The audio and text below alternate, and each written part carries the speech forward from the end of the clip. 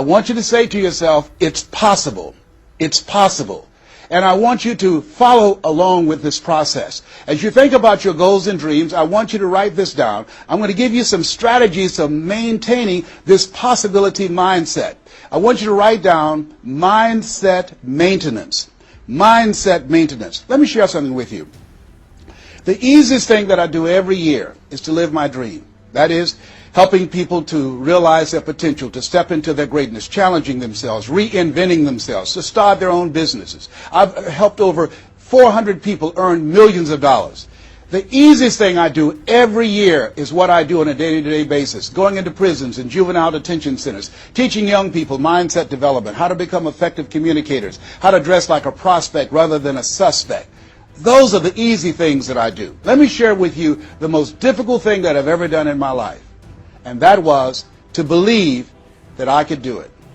That's the most difficult thing that I've ever done in my entire life.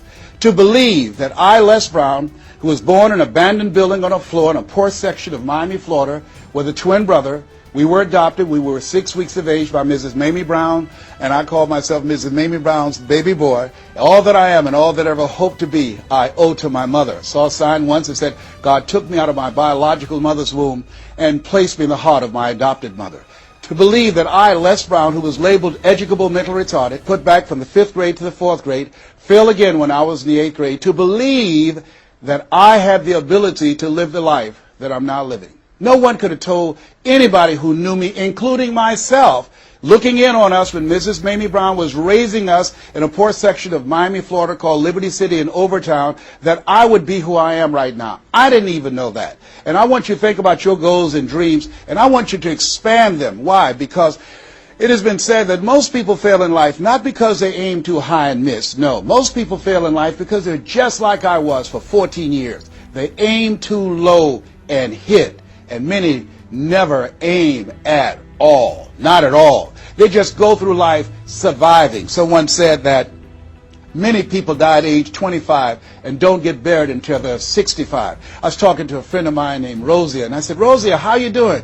And she said, let me tell you something. Life is a mess. I said, girl, what are you talking about? She said, my life is a mess. She said, you know what? She said, I just was sitting up here thinking, I haven't lived. I haven't lived. She said, I've been working hard all my life, paying bills and taking care of my children, and my children are gone, and I've just been thinking, I haven't done anything. She said, when I die, I don't want when people view my body, I don't want them to say, oh, she had a funny expression on her face. I said, what do you mean by that? I don't want to have an expression that I'm mad. Because if I died right now, I would be mad. I said, why? What are some of the things you'd like to do? She said, travel. I would love to travel. I'd like to see the pyramids. I've never been to Paris. I want to go to Paris. I've never been there. There are things that I want to see, things I want to do. She said, I want to make a difference in young girls' lives, teenage mothers. I was a teenage mother. I want to be able to make a difference in their lives and see the impact that I had on their lives. And she mentioned a variety of things. And I remember a story about a lady who went to the doctor, and she was diagnosed with terminal cancer. And she came home and she was sitting at a table and she was drinking some coffee, and all of a sudden she just looked up and she said, I refuse to die an unlived life. I refuse to die an unlived life. And she decided that she was going to live. That up to that point her life was for her family, for her children, for her husband, but she had left herself out of the equation. Have you ever done that?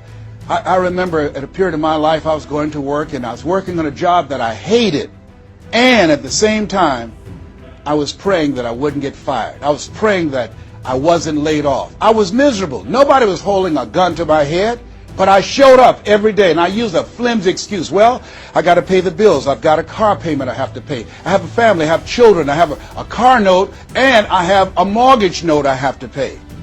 I've got to survive. I was showing up for a paycheck. Ladies and gentlemen, that's not living. And a friend of mine said, you know when people change? And I said, no. He said, when they get to the point when they say, I've had it. I've had it. I think the only reason that you're listening to me right now, the only reason that you're watching this webinar, that there's somewhere in your heart of hearts that you've said, as you looked at your life, you said, I've had it. And not only have you said, I've had it, but you said also in your heart of hearts, I can do better than this. And let me share something with you. You can. Because if anybody told me, and I'm going to share some things with you that I've done, not for the purpose to impress you, but to impress upon you what the possibilities are when you work on your mind and have mindset development. Because I've found that how people live their lives is a result of their state of mind. It has been said, you don't get in life what you want, you get in life what you are. So part of the process, number one, is expose yourself to positive messages. See, what I'm doing right now, I'm distracting the story that's going on in your head right now.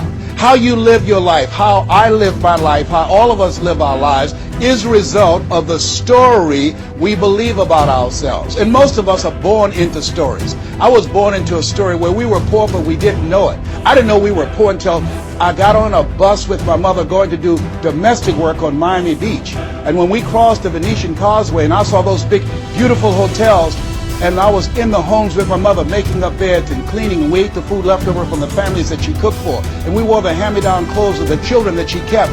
And I kept saying, Mama, what is it, boy? As we got ready to pack up to go back home and to Overtown and Liberty City and all the poverty and filth and the violence there, I said, why can't we stay here?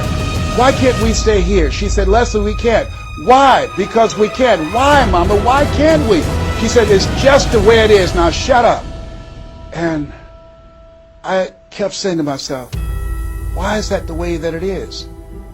And I guess I was okay for Wesley and Margaret Ann and Leonard and Angelo and Sharon and Linda, but it wasn't okay for me. I was curious. I wanted to live like Mr. Sidursky lived. I wanted the big car that he had. I wanted that big home that he had. We lived in a 2-bedroom apartment. It was 7 of us, plus Mama. He had a big mansion, just 3 of them, 10,000 square feet. I said, Mama, what is it, Leslie? One day, I want to buy you something just like this. My brothers and sisters, when we were on the bus going back, they were just engaged in playful things. I was thinking and dreaming. Mama didn't understand why I was thinking like that, because I'd been exposed to positive messages. I had to take care of Mr. Sidursky. I had to shine his shoes and clean his office. And every day when he was listening to motivational messages, I was hearing those things too. Earl Nightingale, we become what we think about. All of us are self-made, but only the successful will admit it. In order to be successful, you must be willing to do the things today others won't do in order to have the things tomorrow others won't have. Your mind is a machine. You must program yourself for success. Wow. When I heard those words, I said, wait a minute. I can program my mind for success. I can program my mind for wealth. You can too.